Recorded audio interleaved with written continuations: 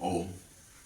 आज योगाभ्यास में हमारा पार्ट 3 है, जिसमें हम बैठ के कुछ ऐसे आसन होते हैं उनके बारे में चर्चा करेंगे। जैसे खाना खाने के बाद एक पैर ऐसे और एक पिंडली की मसाज या सुबह शाम करनी चाहिए। अंगुली आगे हो और इसमें पीछे एक जो ये नस होती है ऐसे नीचे को लाएंगे पूरी। ये नस जो होती है पूरी हमारी पाचन तंत्र और हमारे हृदय से जुड़ी हुई होती है, इसलिए ये पिंडलियों की मसाज करते हैं और आपका पाचन तंत्र भी सही बना रहे।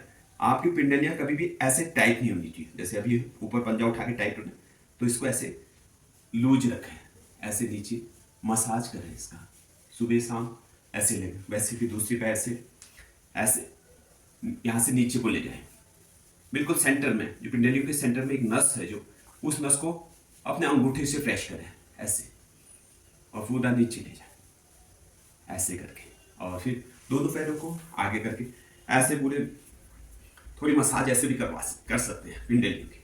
बहुत ज़बरदस्त है, घुटनों के लिए तो है ही है और हमारे पाचन तंत्र के लिए और हमारे हृदय के लिए भी बहुत अच्छा यह आसन है। ऐसे दिखने के छोटे छोटे आसन होते हैं, लेकिन इनके कनेक्शन हमारे शरीर के महत्वपूर्ण अंगों में होना। ऐसे करके फिर नेक्स्ट का आसन वज्रासन।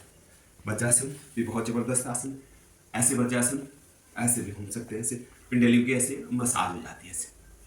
और एक आसन जो वज्रासन में होता है, खाना खाने के बाद हमने ऐसे तुरंत बैठ जाना होता है। इस आसन से हमारे पूरा जो डाइजेस्टिव सिस्टम है, जो हमारा पाचन तंत्र, वही सुदृढ़ नहीं बल्कि अच्छी तरह से जो हमने खाया पिया है वो पचता है। वो कैसे?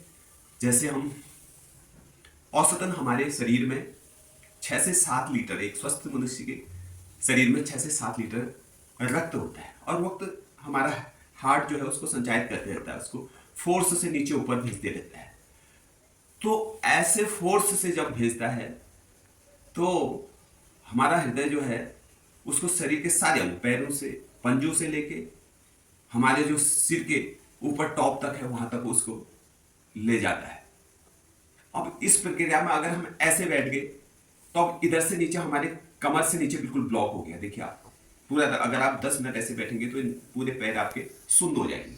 तो इसलिए आपने यहाँ से नीचे अपने रक्त संचार को एकदम ब्लॉकेज कर दिया, जैसे बेल्ट बांधी, उससे नीचे कोई रक्त प्रवाहित नहीं हो रहा है। अब हमारा रक्त केवल इतने ही पार्ट में हो रहा है। तो ऐसे जो छोटी आंत है, वही आंत धीरे धीरे हमारे जो हमने खाना खाया हुआ है उसको मथते हैं। जैसे हम दही को मथते हैं, उसके बाद उसका मक्खन अलग हो जाता है। वो मक्खन रूपी हमारे शरीर को ऐसे नस नाली के थ्रू हमारे पूरे शरीर को, रक्त में हमारे शरीर को पोषक तत्व मिलते हैं। तो अगर हमने ऐसे ब्लड पूरा रोक लिया, अब हमारे शरीर में जो 6-7 लीटर है वो सब ऊपर ही हुआ। अब जो आधा लीटर, हम आधा उसका पार्ट करेंगे तो करीब 3 लीटर जो ब्लड है हमारे, 3 से 4 लीटर वो अब हमारे आमाशय के आसपास रहने लग गया। अब वो मथने की प्रक्रिया और सुदृढ़ और मजबूत होने लगी। तो इसलिए जो खाया पिया, जो हमने पोषक तत्व हैं, वो अच्छी तरह से पूरे शरीर में हमारे, और ये हमारे शरीर में वो सारे अंगों में अच्छी तरह से घुल मिल जाएंगे और पोषक तत्व हमारे शरीर को अच्छी तरह से मिलेंगे, और हमारा जो वेस्ट मटेरियल है वो कम निकलेगा, और वो वेस्ट मटेरियल जो है केवल गंदा ही मटेरियल निकले और बाकी पोषक तत्व को फिल्टर करके पूरे शरीर में वो हमें देगा।